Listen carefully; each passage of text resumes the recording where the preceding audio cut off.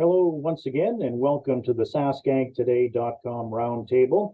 We're joined by the Chief Agricultural Editor for SaskAgToday.com, Kevin Hursh, and 620 CKRM Regina AgriNews Director, Ryan Young.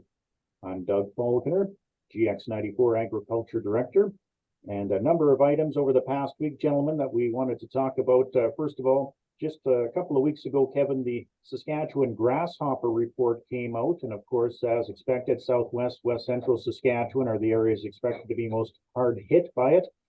You farm in that area. Obviously, you had a look at this report. And I guess I appreciate all the work that goes into this, and there's a lot of adult grasshopper counts go into this. I think it's a couple in each rural municipality, but last year at this time, the grasshopper forecast map, basically they're forecasting next year's population based on their count of adult hoppers in the fall period. It, in my opinion, missed the mark. The grasshopper problem was far worse over a much broader area last year, and I fear that the same situation is happening this year. Yes, they show some hot spots, but they also show lots of areas of moderate or light infestations that had, I thought, a pretty significant problem with grasshoppers this year. So maybe Mother Nature will help us out, and we'll get a wet spring, and the crops will get off to a good start, and then grasshopper development will be retarded somewhat, and we'll not have a big problem with grasshoppers. But I fear that the grasshopper forecast map is again underestimating the extent and severity of the potential problem. And Ryan, of course, the SCA commented on the mid-year financial report that was released by the Saskatchewan government this week, the Saskatchewan Cattlemen's Association. You had a chance to speak with them?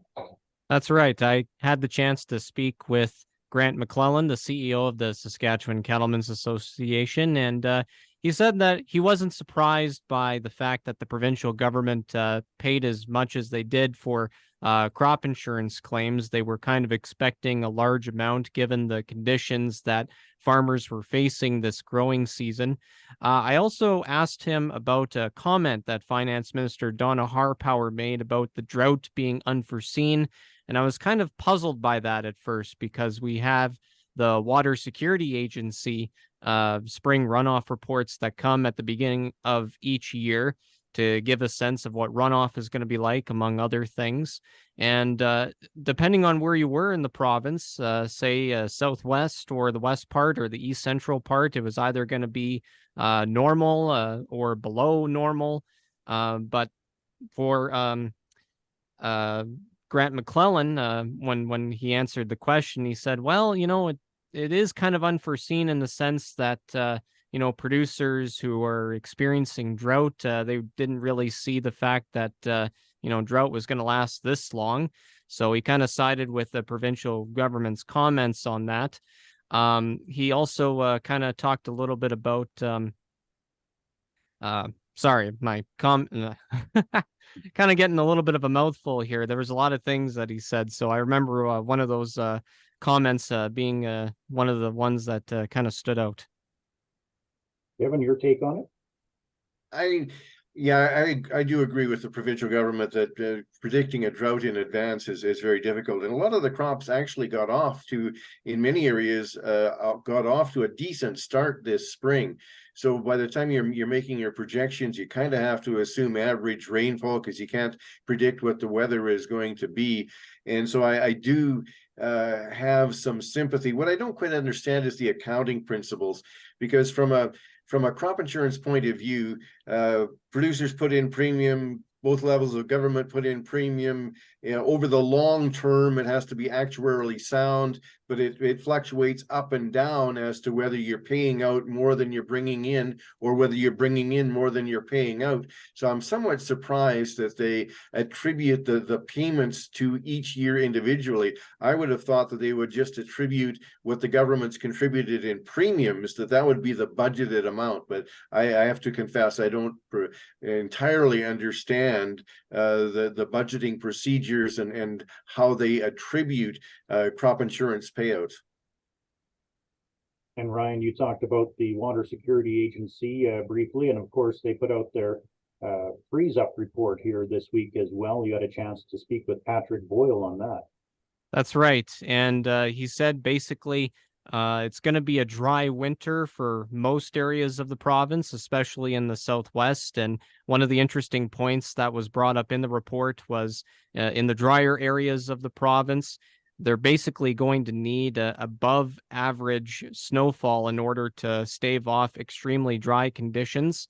Another point being, other than Lake Diefenbaker being impacted by below normal inflows from Alberta, most large water reservoir supplies are going to be at normal elevation for this time of year.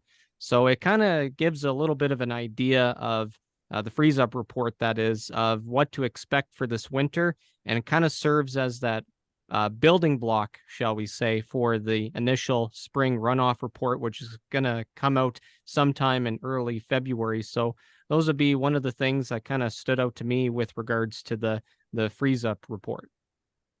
One thing to watch too, at some point, I suspect that there will be a fall subsoil moisture map published, and that really takes into account rainfall after harvest and how much is stored in the ground. And if you look at some of the precipitation levels in, say, September onward, some of that dry southern part of the province has actually done better than some of the central and northern areas. So it'll be interesting when the subsoil moisture map comes out as well. All right. Well, Kevin, we also saw canola futures drop again over the past week here. Is that a bit of a surprise to you at all? Nobody seems to be able to predict what's going to happen with a lot of these markets, but there's a bit of up and down, but a lot of stuff is pretty soft. Wheat is pretty soft. Durum is pretty soft. Canola is, now and then rallies, but has softened back down. I think something to watch, and this is the sort of the forward look to next week, is the Statistics Canada final crop report is coming out on Monday. And this will be based on a big survey of farmers. It won't be their modeling one based on satellite. And there's a wide range in trade predictions as to what the final canola production number will be for Western Canada. I've seen estimates ranging all the way from 17.2 to 19.7 million tons. Now, I fear that the StatScan estimate is going to come out on the high side of the trade estimates, and that may put further pressure on canola prices. But that's just a fear and a guess on my part. But Monday will be a report to watch. And of course, Bill C-234 is still sitting on third reading in the Senate. I know you've been following that pretty closely, Ryan. That's right. And unfortunately, the bill is still stuck in third reading up in the upper chamber. And there's been plenty more debate about the bill. One of the tactics that I noticed this week from opponents of the bill has been an introduction of amendments. And it's the same one to exclude the carbon tax exemption for heating and cooling of barns, especially for fuel used for that's practice. And it always kept getting voted down each and every time, to the point where proponents of the bill, like Donald Plett, for example, got aggravated and frustrated in one of the meetings. He said, "How long do we have to keep voting on this? I think we've been pretty clear from the onset that we don't need amendments. We need to pass this in its original form," and adding that farmers across the country, from coast to coast, from not only here in Western Canada, but also in Ontario and Quebec, they're pleading with senators to pass the bill. So it's just been another chapter in a long saga of this bill, and it's even spilled down into the House of Commons between the Prime Minister and federal Conservative leader Pierre Poilievre going back and forth about the bill.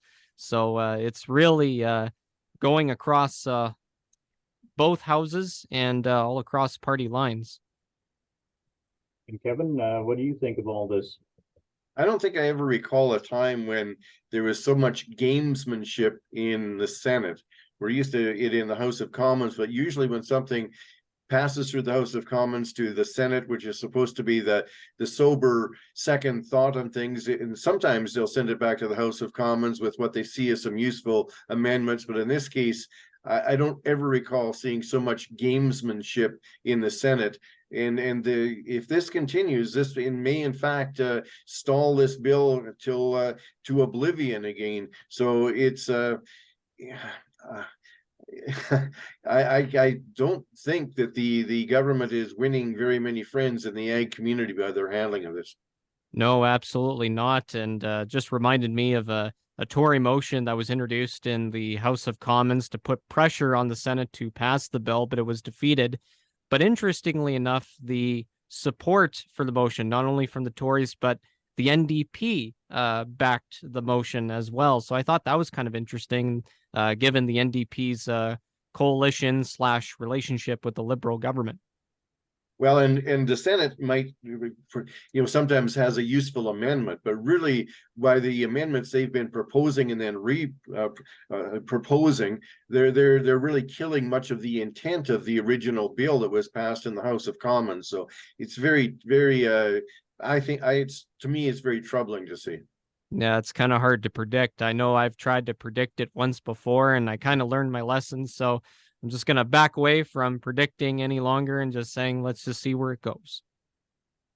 All right. And then looking ahead to next week, the Agricultural Producers Association of Saskatchewan is having their annual general meeting in Regina. That's right. Kind of looking forward to that and the opportunity to speak with Ian Boxall, the president of APAS, just to see what they got in store and kind of look back on the year that was, and to look forward to what's going to be in the new year, what they have planned.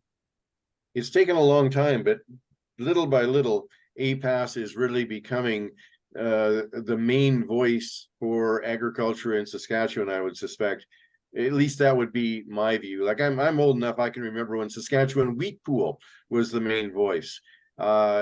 And then we've got many voices. We've got National Farmers Union. We've got Western Canadian Wheat Growers Association. There's all sorts of, and then the crop commissions, especially the major crop commissions are playing a role. But in many instances, the major crop commissions like Sask Wheat, Sask Canola, Sask Pulse sometimes get together with APAS on certain issues to issue statements. So it's taken a long time, and not all rural municipalities are part of APAS. But I would suggest that despite struggles for many years to be relevant, that APAS is getting there. I'm actually quite impressed with some of the progress they've made. All right, well, I think that's going to do it for this week. On behalf of SaskAgToday.com Chief Agricultural Editor Kevin Hursh and 620 CKRM Regina AgriNews Director Ryan Young, I'm GX94 Agriculture Director Doug Falconer, and wishing you a good week until next week.